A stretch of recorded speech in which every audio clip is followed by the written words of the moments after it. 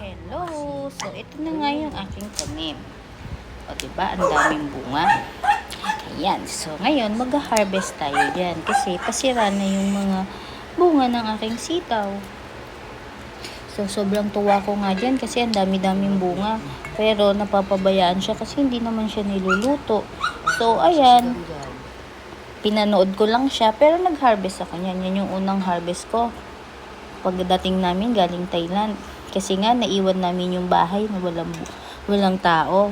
So, ayan, kung makikita nyo, madaming magulang na dyan. Kaya, hindi na namin siya kinukuha. Actually, ngayon, habang nagvo-voice over ako, ito, pinuputol ko yung mga sitaw na hinarvest ko kanina. Ito yun, ayan yun. Ito yung pangatlo kong harvest. Ayan, o, diba? Tuwang-tuwa ang lola nyo. Kasi pangatlong harvest ko na yan at ito na siya ngayon. Sabi ko nga isisigang namin to, pero hindi naman siya isisigang kasi nga wala kaming pork. So adobo na lang natin kasi toyo lang naman meron ako eh. Ay kami pala, hindi ako.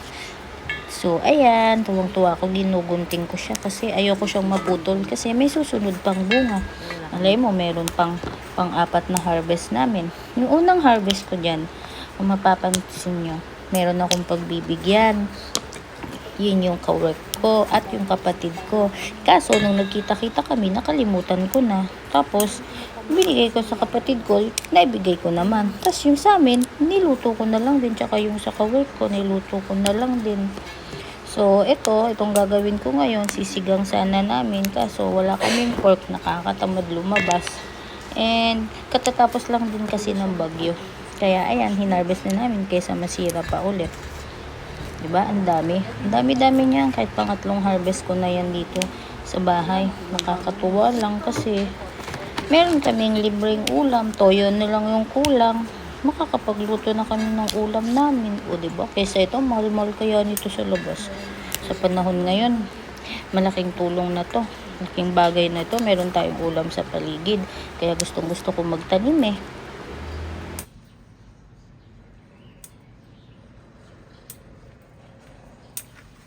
Sa labas, Nung nakaraan ka-chat ko sila Papsi, nag-harvest ako. Ngayon nag-harvest na naman ako. sa labas may anin. Sige. Sa labas tayo.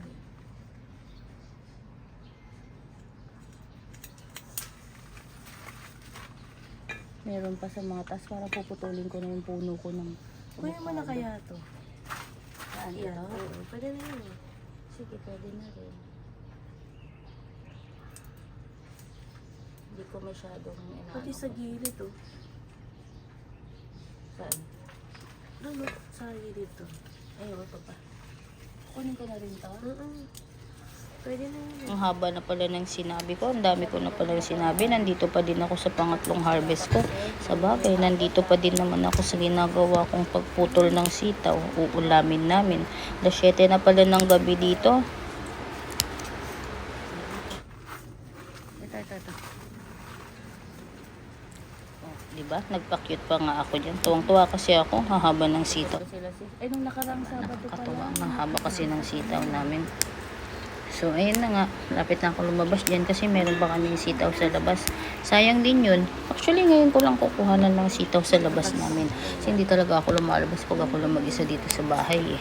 Hanggang dito lang ako sa loob ng bahay. Bago ako lumabas pag nandyan si Mahal o pag may kasama ako dito sa bahay. Saka lang din ako nalabas. Alam nyo na, safety first. Ganun kasi meron kang makukuha ng ang tao.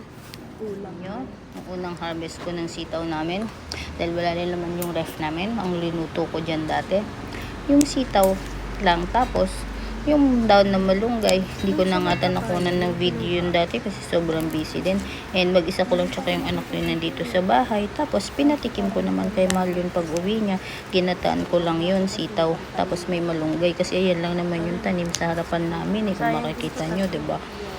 Yeah, pero sarap naman siya. Nilagyan ko siya ng dried pusit. Comment down below kung masarap din ba yun para sa inyo, ha? So, ayan na. Palabas na ako ng bahay. Kasi nga, kukunin ko yung ibang bunga ng sitaw namin. At nakita ko nga, yung malunggay namin natumba kasi katatapos nga lang ng bagyo dyan. Kaya, ayan, pati yung basura namin nahulog pa dahil sa lakas ng hangin. Ayan no, yung mga sitaw ko dyan, marami ding magugulang na dyan. Kaya sayang lang din siya. Pero itatanim ko din yan pag hindi na ulit namunga yung sitaw namin. O diba, ang saya-saya. Ayan talaga ang ulam namin ngayon. Parang ganda ng buko dyan.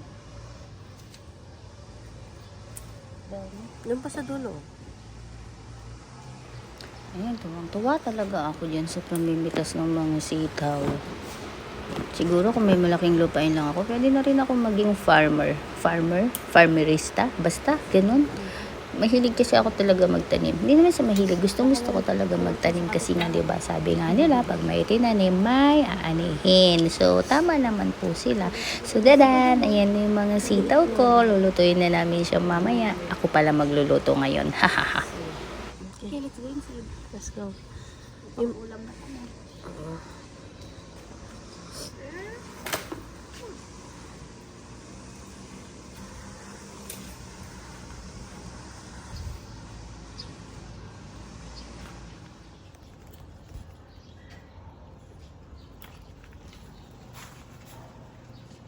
Langgam. Ayan, ito nga pala yung unang harvest ko. Ayan yung mag-isa ko lang. Paglabas ko kasi yan, marami na ulit sitaw. Tapos, ayan, nagiging biniin na yung mga iba. Kaya, naisipan kong kuhanan. Tapos, lulutuin ko siya. Ayan yung nagluto ako. Tapos, wala din naman laman yung ref namin. So, hindi nawa ko. Malunggay na lang din yung kinuha kong pang sahog dyan para meron siyang kasama. And, ginataan ko po yun. Hindi ko nga alam ma-insert dito kung saan ko na-save yung video yun kasi alam ko nag-video din ako dun sa pagluluto ko. Tadan! Ito nga pala yung pangalawang harvest ko. Kasi ito yung kausap ko yung papa ko sa probinsya tsaka sila mamshi. Pinapakita ko lang yung tanim ko kasi ang dami-dami niyang bunga. Pangalawang harvest ko na yan pero ang dami-dami pa rin yung bunga at tuwang-tuwa nga talaga ako dyan. Actually, una kong naka-video call dyan yung ka-work ko. Diba nga, kung matatandaan niya, sabi ko, pumunpok. Nung last Saturday, meron akong ka-meet up yung mga friend ko. Kaso nakita niya yan, hihingi daw siya kasi nga pang ulam din nila. Kaso nakalimutan ko lang din siyang dalhin. Siguro dala ng pagmamadali nung nagkita-kita kami. Pero yung share ng kapatid ko sa kabilang bahay, binigay ko naman. Ewan ko lang kung maluto na niya ngayon. Sorry sa aso namin ha, kasi maingay Gabi pa lang kasi dito, hindi pa sila tulog. Oo, ang dami nga nabubulo. So, yun na nga, ang dami ko nang nakwento. Pero gusto ko lang talaga siyang i-share kasi nakakatuwa siya. Actually, ngayon lang ako nag-voice over regarding dito sa mga tanim ko. Kung makikita nyo dati, yung mga pananim ko, ampalaya, pechay, tsaka okra. Kaso, parang hindi na tig okra ngayon, tsaka tig pechay. Kasi hindi na siya tumutubo sa lupa ko ngayon Kaya, ayan, yung sitaw ngayon ang tinatanim ko ngayon. At ayan nga, sobrang namumunga na siya. Wala pa atang 3 months ito, malaki na siya. Buti nga hindi nasira ng ulan. I mean ng bagyo kasi malakas talaga yung hangin dito. So tapos na rin akong hiwa-hiwain yung sitaw ko. So mamaya-maya i-adobo na namin ito. Tapos na rin ako mag-voice over sa inyo. Ay hindi pa pala, sobrang haba pala ng video na to. Wala lang, gusto ko lang pakita yung tanim ko. At saka busy pala ako dyan kasi nga ka-video call ko yung tatay ko gawa ng pinapakita ko yung tanim. At tuwang-tuwa nga siya kasi nga buti pa daw dito meron kaming tanim, yung bunga at ang tatay ko mahilig din siya sa gulay. Mahilig din po siya magtanim. Ay pasensya na po sa umuubo kong background ha kasi may mga tao po dito sa babae. Sorry na agad and thank you for watching. Sana nabigyan ko kayo ng magandang panonood. Bye-bye! Kunin ko na nga kasi masisira na sila.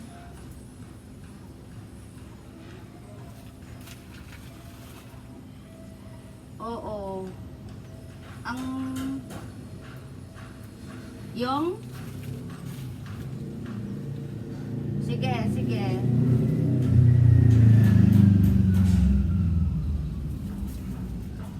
Okay.